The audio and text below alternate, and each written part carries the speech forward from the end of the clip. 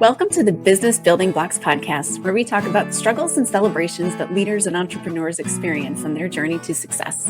I'm your host, Kristina, and I'm passionate about helping you achieve massive amounts of success at work and at home. We'll talk about all things people and organizational wellness, share relatable stories, and feature insightful guests because quality people and processes are at the heart of every success story. Ready to learn, grow, and have fun? Let's dive in.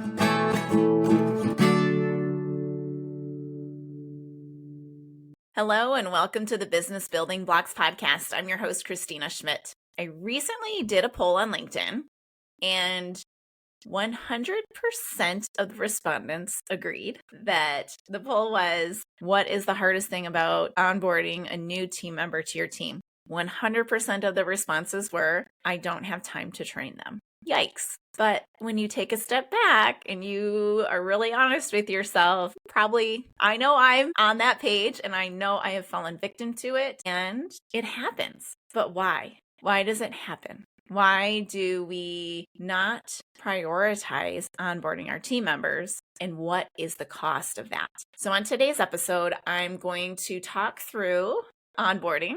Everybody's probably least favorite thing to do, we'll say. So onboarding a new team member, what are the costs of not doing it properly and why we need to do it properly, and give you some tips that you can take away and implement into your onboarding process to make it more successful. And I want you to stay to the end because I am going to share with you something that can really help streamline your process and get your team running even better with your new team member on there. So stay tuned to the end for that. All right, so let's talk about onboarding. We bring a new team member on and yet we don't have time for training them properly and really getting them up to speed as quickly as humanly possible. Why is that? I know from my own experiences, usually by the time we've hired somebody, we have been either operating without that person or without that role for a period of time, or somebody has exited and, it's like, they're leaving. So quick, touch base for one day and, then move on. We've only got this person for a day. And so, or sometimes it's that no one else really knows how to do the job. I know we had a couple changeovers in our safety department. So when one safety person left and we had to bring a new one on, it was like, no one else really knows the ins and outs of that job, which is a safety risk probably in itself. But there's always something missing because everybody kind of owns their own job. So there's already a challenge there as well. But ultimately, when we don't spend the time training or onboarding our new employee very well, we are missing a huge chunk of opportunity and we are potentially wasting a lot of money and wasting a lot of time and money. So let's talk about the costs. What are the actual costs of bringing somebody on board? So if you're using a recruiter, you're talking about anywhere on the low end from 10 to 15% of their wages, all the way up to 25 or 30% on the upper end, and sometimes even more. You may have signing bonuses. You may have all kinds of things that go on to just the cost of actually hiring the person. So that's money out the door. Boom, you've paid that check. Next, you've got the time that you take making sure that your job description is correct, offer letters there, bringing them into the system. So signing them up for benefits, signing them up into your systems, putting them in your HRIS system, all of that time. Plus, there's the time that you've spent reviewing all the resumes that may come in, creating the job postings. That might be done by your recruiter, but you're still reviewing them, approving them, and reviewing these resumes that come through. You're interviewing people. You may have several people interview them, which I would highly recommend doing more than one interviewer if you're hiring people. So you've got all kinds of money just spent into the recruitment end of it. Now, okay, you've brought them on board. You've signed them up into all these systems. You do take the time. Hopefully you take the time to at least give them a tour and introduce them to the key people, even if you're not onboarding well, but that's still time, right? Then there's the time, their wages while you're training them, your trainer's wages. So that might be your own. If you're the trainer or the leader, it might be someone else's time doing it, HR's time. You've got, you might have to pay for certifications or additional external training for them. Sometimes there's safety training that they need to go and get. So there are costs everywhere when you bring somebody new on that I've heard statistics around whether it's, double their salary or 3 times the salary to hire somebody. It's huge. If you don't train them well, you might have to do all of that again in a year, 6 months, 3 months, 2 years, 5 years, somewhere around there, all because you didn't start right up front. So huge amount of costs. And ultimately, there's huge amounts of productivity loss. And sometimes these are harder to measure, particularly in like an office and a managerial sense. But when we lose productivity, we not only lose it from that role, we lose it from everywhere that works around it. If people are depending on that role to do something either on time or in a certain time frame or interacting with them, there's loss there. There is, if this person is a leader, there's loss for the entire team if they're not operating or understanding the systems well. So there will be a natural productivity loss when somebody new starts anyway. But if we don't onboard them well, then that productivity loss will be continuing on and on and on. So huge risk there if we don't do this well. So when we go back to the fact that our biggest constraint on it is not enough time, let's shift that a little bit. All right, so I want to, if you have been listening for a while, this I believe is episode 79, so quite a while, go back to episode 2, all right? There is episode 2 that in terms of, we don't have enough time, it is called, it's not time management, all right? So the audio, the visual, everything will be a little bit worse, but I have an amazing guest on there. And she and I talk about how it's not time management, it's our self-management. So when we don't have time or we say we don't have time to train somebody, what it is we haven't actually prioritized that activity. For some reason, we have lowered it on the totem pole underneath everything else on our list to do because we all have tons of things to do. We've made it low. And if we talk about and we look at those costs, we really shouldn't be putting it that low. And, maybe you've allocated a day or a half a day for it, but really ultimately, true onboarding, if you think about the time it takes to create a habit, if you think about the time it takes to get to know somebody, statistics around that and the habit, you can hear anywhere from 22 days. Some people say 2 weeks. I don't think that's it. I think the excitement wears off after 2 weeks. Then you have to start the work. But, 22 days to 90 days, depending on which book you read. But these are huge amounts of time in order to create habits. And ultimately, all training is creating a new habit. You're learning something to the point to where it stops feeling awkward and it starts to feel normal again. So you're looking at 90 days. This is why we do 30, 60, 90-day reviews with new hires. This is why there's the 90-day, right? But that's why that's there, because it takes that amount of time to develop a habit. And then you can start to assess how performance is looking. All right. So that's why this is so critical. We would never bring on a new software or launch a product and not allocate proper amount of time for training, getting the bugs out, testing, all of that stuff that we do when we launch something new. We would never not allocate that time. So we would always allocate that time to avoid the double negative there. So why, when we bring a new person onto the team, do we not prioritize that as high? Do we not allocate the amount of time that is really necessary for onboarding? So that's the up here business. That's your brain business that I want you to think through. So there is a mindset there that we need to prioritize it higher up.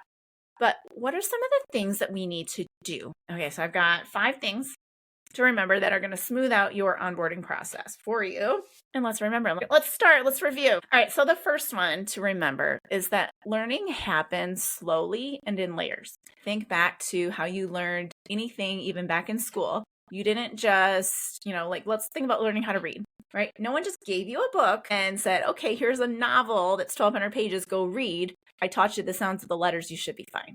No one did that, all right? Nobody has ever done that. What you did, you learned the letters, okay? And then once you learn the letters, you learn the sounds of the letters. Then you started to learn that some letters make different sounds. And then you started to learn that sometimes when you put letters together, they make even different sounds. And then sometimes you learn that all the rules go out the window. If you speak English, especially, all the rules go out the window and anything can make any sound, right? So you start to memorize words, then you start to put sentences together. You understand sentence structure, you understand more words, right? So there are many, many layers that took years to develop. Mind you, we're not learning how to read here. And the theory is that if you've hired somebody, they've got some kind of level of education, and it might be they've learned how to learn. They've learned how to work. They know how to read, typically, we hope. So we have kind of a baseline of learning, but there is still huge amounts of learning to be done. Particularly if there's a specific process you want them to follow, or several processes I'm assuming that you need them to follow, interactions that need to be done, meetings that are had. So there are tons of things that they're going to have to learn. And I guarantee you, people will not remember it if you show them all in one day. Back when I was a plant manager, we had this huge day one onboarding system that we did. We were like, we're getting them through everything, and we're just hammering it out all in one day, where, we thought we were hitting all the big things. We had, I kicked it off as a plant manager. I would, meet them. I'd say, oh, hey, I give them this whole spiel on the company, give them some local things that we were doing, and, just spend a little bit of time talking to them. Then we'd have quality come in and they'd give the whole quality process, and, they'd even get into how to measure parts and show them all the quality things, because we had a unique sort of product and, all that stuff. We had safety come through, all the safety rules, all the special unique things about our plant and our industry and our product style. And then engineering would come through, explain the, the engineering, the science behind everything we did. It was huge. It was awesome. But put yourself in our team, in our employees' state and position. They're walking in, new names, new faces, new location. Think back to when you started a job. I know when I start new jobs, I'm like, oh my gosh, I'm nervous. And who is that? Where's the bathroom? Where do I put my stuff? Logins, systems, acronyms. All of this stuff is just railing at them in the first day. How much do you think they actually remembered? 0, right? They might remember the first thing, and then by the end of the day, it's out, because it is exhausting to learn something new. It's exhausting to meet that many new people. It's exhausting to be in a new environment. I talked about this in many other podcasts, but that exhaustion comes in because stress is high. Whether they know the job, they've maybe been doing the job for 30 years somewhere else, and now they're coming in to do it for you, stress is still high. Change causes stress. Stress raises blood pressure, raises heart rates, raises cortisol levels, and makes your body tired. And your new hire is feeling this way. So do not throw everything at them in the first day. Bring them in, have some chit chat time, show them the job, give them a tour, let them meet some people. Remember that people are going to learn in layers, and you're going to need to stage out all of that wonderful stuff over the course of a couple of weeks. Okay, I know that might feel very hard, but so many times we would come back and say, we did all this training on the first day. Why don't they remember it? And it's like, well, because it was the first day. We have to layer it up. We have to show them again, show them again, show them again. So this needs to carry over into the job training, the on-the-job training portion as well. So don't over onslaught them with all of the kind of logistical information on day one, but also when you're training them for their job, you should stage it out in a fashion where you're going to show them, you're going to maybe show them a very basic level of how to do it, have them do that, practice it a bit more, then expand it a bit, then show them a little bit more, have them talk to you, ask questions, have them use it, that sort of thing. Structuring your training process so it's in a layered fashion as much as possible is going to be your best way. There is a wonderful organization or process called Training Within Industry. It was actually used back in the 40s when everybody was sent off to World War II. So all the men from the factories were sent off to World War II, and they had to bring women and new workers in and train them up extremely quickly how to do the job.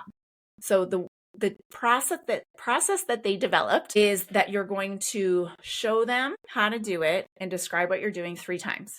Then you're going to have them do it while telling you what they're doing 3 times. Harder a little bit when you get into office processes, leading, that sort of thing. But if you keep that into your brain that, okay, 9 times they went through it, and it's different levels of autonomy at each level, that is what they need to become proficient. So it's going to take time, and they can't do everything to the expert level from the first time. So don't expect it. Lower your expectations, but continue to raise them up as you show them. But ultimately, your training needs to be structured in this layered fashion. All right, number 2. Making them part of the team is equally as, and some might say more important, as teaching them how to do the job. What does that mean? All right.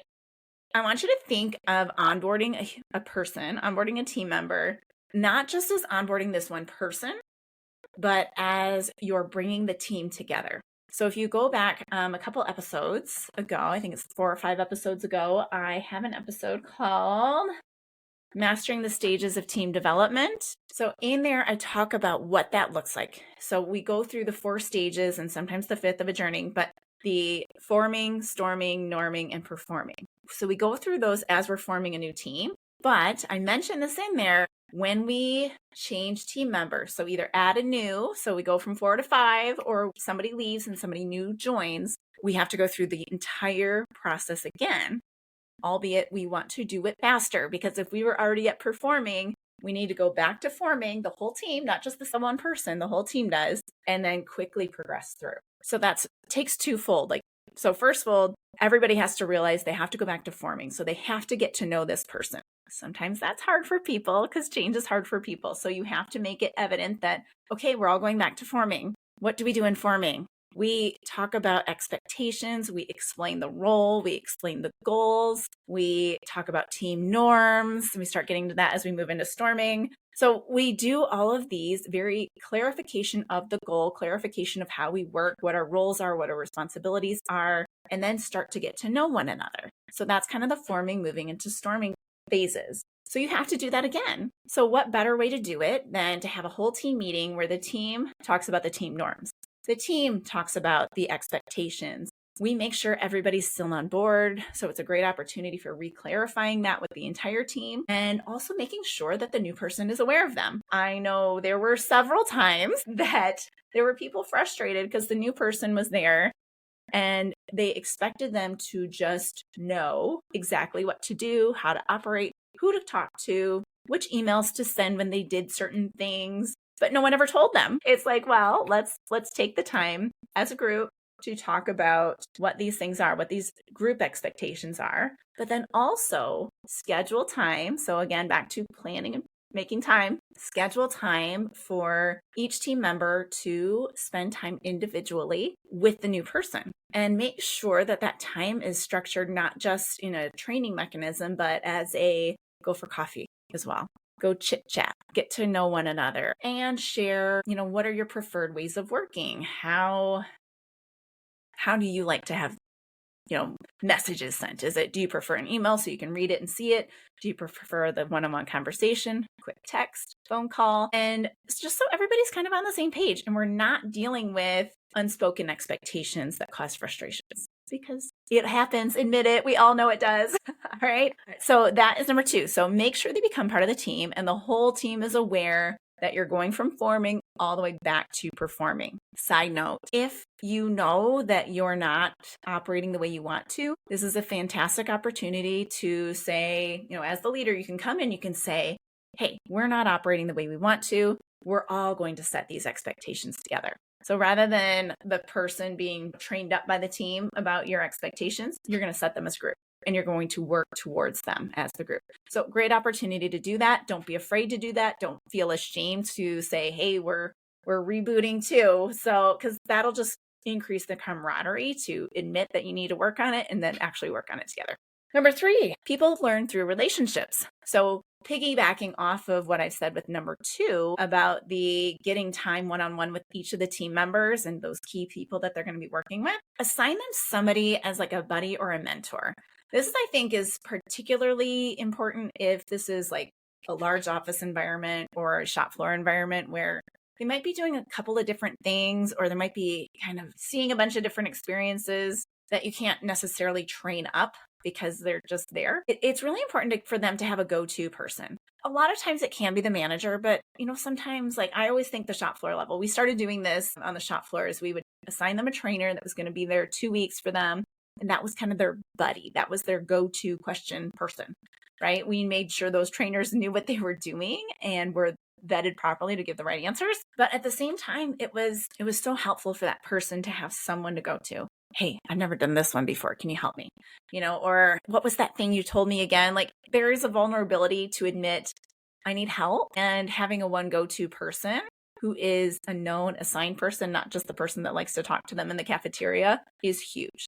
So assign them a buddy or a mentor that is not their manager, that they can have like a peer relationship with, because that'll help them come on board faster. People learn better in those relationships. And when they can feel safe to say, I know you told me, but now I've forgotten it, right? So you need that sort of relationship. So huge benefit to onboarding well. And number 4, I'm going to just call it communication. I will probably say this about everything because all leadership, all relationships in general is all about communication. But this specifically is around touch points and reviews. So these are so critical because, again, this is a new process. If you were launching a new product, you would be watching it like a hawk. If you were launching a new software, you would have data points, you would have things that you're monitoring, you would make sure people were using it. So these check-ins, these informal beginning of the day, end of the day check-ins, how are you doing? How did it go? As well as very formal coaching sessions. I have a couple episodes where I talk about that over and over again, but that sit down time of how's it going?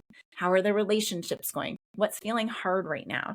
So those times to just spend with you as their leader, as their manager, one-on-one, to say how's it going? How are you learning? And catching things before the formal reviews, which are still important to do, but before those formal reviews, so that there's nothing that is a surprise.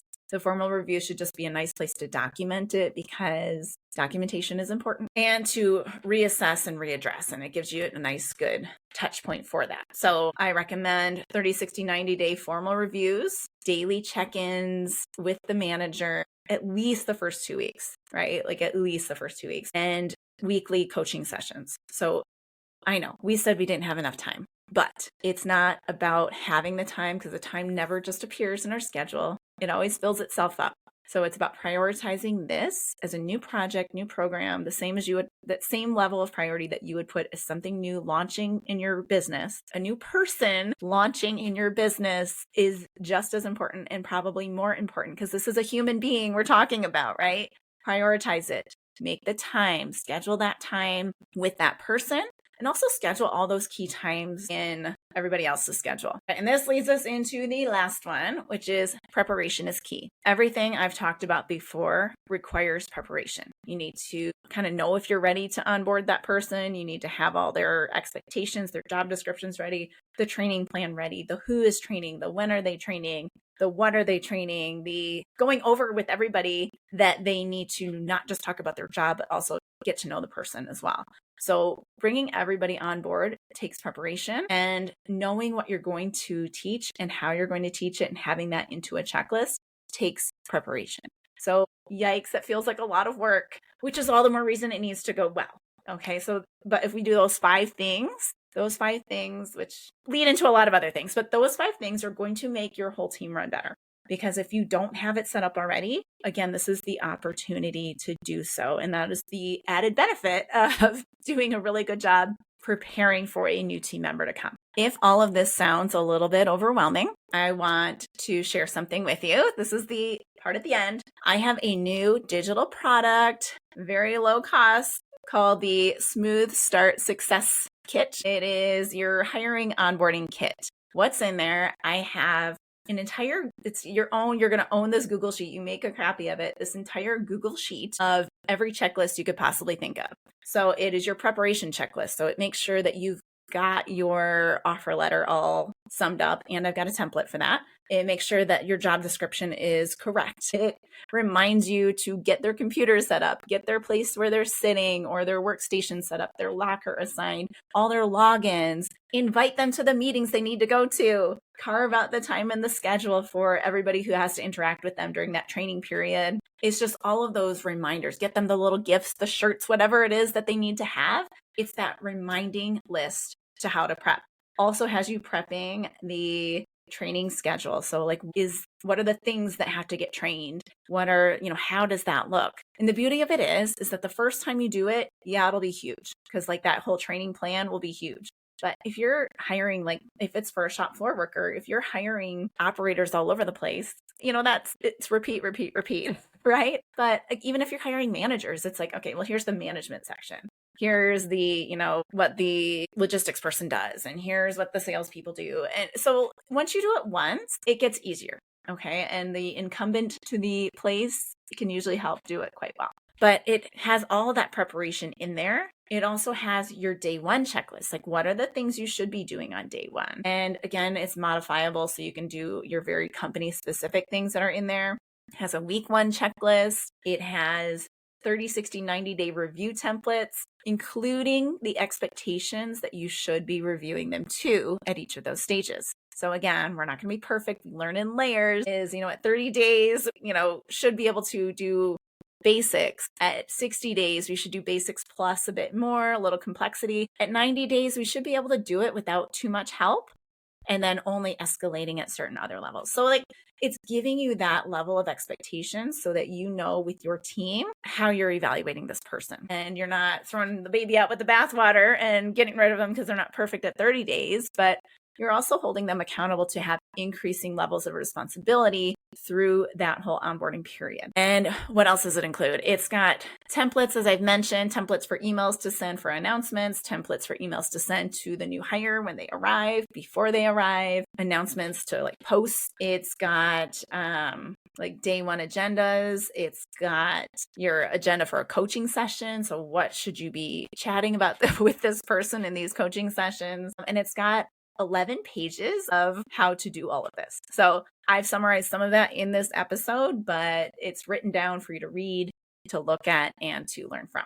So if this is something that sounds like this might help you, or if you think you've got some new hires starting soon or starting in the new year, you're going to be hiring next year, just hop on my website and grab this. It's $97 US.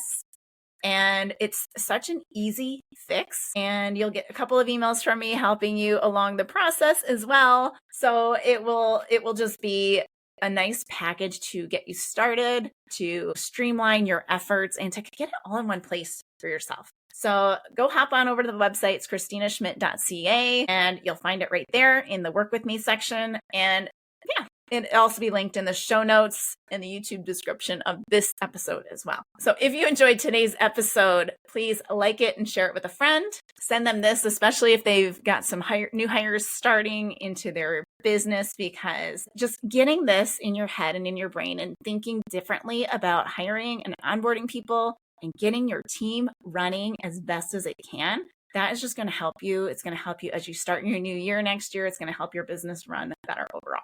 All right. So like the episode, share it with a friend, leave a review or a comment on the YouTube, and I will see you on the next episode of the Business Building Blocks podcast. Thanks for tuning in to the Business Building Blocks podcast. If you enjoyed this episode, make sure to subscribe so you don't miss what's next. If you found value in our conversation, please leave a quick review, like, or share. It helps us reach more amazing listeners like you. For more resources and insights, visit KristinaSchmitt.ca, where you can find tools and support to empower your leadership journey. Thanks again for listening, and we'll see you in the next episode.